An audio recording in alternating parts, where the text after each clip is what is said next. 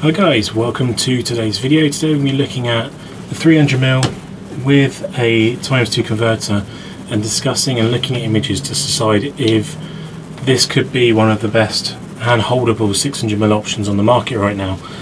Obviously there's so many lenses that have come out recently. You've got the 200-800 from Canon, you've got the 180 to 600mm from Nikon, and really great zoom options. With primes though, you have the options from Canon that is 600mm f11, or you have to go for some big bucks, really expensive primes. But for the costing of one of these, which is around 1500 quid at the moment for a good quality one, and one of these about £200, so for £1700 at 600mm 5.6, is this a viable option? Is it one that I'd recommend to you guys? Well, what we'll do is let's have a look at some of the images and we can discuss exactly that. So let's head in there right now. Okay, so the first photo we're going to look at here is Bailey the Lion.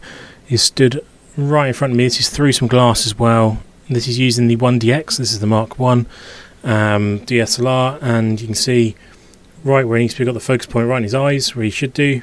And this is at f5.6 obviously, because that's the lowest you can go down to when you've got the converter on, and it is looking really nice and sharp and a really nice photo here. Next photo here is one of the Chimps Chester Zoo. So this is quite a lucky shot, and this is what the advantage of having that 600mm on a sling is handholdable, is that I just happened to walk past this enclosure and he was just stood staring straight at me, so I was able to flick the camera up, get the focus locked in and take that photo. And as you can see, again, being at 5.6, not the end of the world. You've got a nice bit of blur on the background there, but the subject itself, the whole of the subject is super sharp because you're not using as shallow a depth of field as a 2.8. But yeah, super happy with this one. The eyes are nice and sharp, a lot of nice colours through there as well, and you wouldn't be able to tell this was done using a converter. The final photo we're going to look at here is again Chester Zoo. This is one of the cheeky little orangutans that was posing as if he was on Kung Fu Panda or something like that. But again here, 5.6, no glass in the way, background nicely blurred, complete subject in focus being at 5.6, and because it was a nice bright day too, I was able to use a higher shutter speed, which means I've caught him completely where it needs to be, and just no blur or anything. So it's a really nice clean photo, no issues at all using the converter here. As I said on the other photo, you can't really tell using converter personally. Some people are against it. I'm very much for, if you need it, go for it and use it. So there we are. So looking at the images just there, you can see how good and usable the files you get from that is. It's not quite as sharp as using it just on its own as a 300 f2.8, but the luxury is you do have that lens option in the palm of your hands if you do want something sharper and you want to try and crop in maybe. You've got that option to go from as well. You're not just stuck with this 600mm, which if you bought 600mm f4, which is at the moment the Mark 1s are at 2.5, so about £750 to £800 more than this option would be, you're going to get a sharper image, but it's a lot more expensive and it's a lot heavier as well. So I personally think, and I have used this as a 600mm a lot, and the images are all perfectly fine, perfectly usable, and what you'd expect. I do want to at some point get hold of a 600 f11, have a look at that. I obviously have other lens options as well with the 200 to 400 with the inbuilt converter. I have a 500mm, so looking at those ones there, the 500mm is way sharper out of that end, but that's because that lens is designed from the start to be a 500mm f4 prime lens. But when you take that out, if you go, oh, that animal's a bit too close for 500mm, you can't take a converter off, and you are.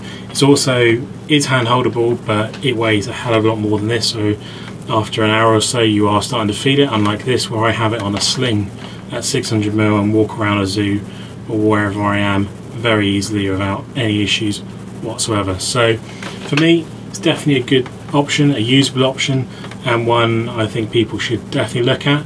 If you're looking at spending sort of that £1,500 sort of mark, you should be getting one of these anyway, I think, if you want a super sharp, fast piece of glass. The newer RF lenses, you just can't get as fast a glass for that sort of money. Obviously it's all new technology. In 10 years time I'll be going, yeah, get the RF 100 or 300 for £3,500 probably, but at this time, right now, this EF glass is where you need to be, even if you're using mirrorless. I use it on both the R6 with the converter, and I also use it on a 1DX Mark II. Focusing is a little bit notably slower on the R6 because you are putting it through a converter for ×2 and then an adapter to go to EF to RF mount, so you are going to see the focusing slower than if you just natively mate it to a DSLR like the 1DX Mark II. But you can still get very usable images. If you want to make it a bit faster, limit down where it has to focus to, limit down to, instead of being 2.5 to infinite, go for 6.4 meters to infinite on the focus limiter, and you won't have any problems. So for me, definitely a win. You've seen the images, you can make your own opinions. If you've liked what you've seen, please give it a like, share, comment, do everything you guys usually do. Put in the comments what you want to see next. I've got a few other options with other lenses and other camera bodies and stuff like that I want to get through, and I want to get them more scheduled out rather than at the moment where, with a few personal things going on, I've missed last couple of months of uploads. So I'm trying to make up that time now for you guys with some more constant uploads into Christmas and into the new year, where we've got a lot more exciting things planned. So as always, thanks for watching, and I'll catch you in the next one. Cheers.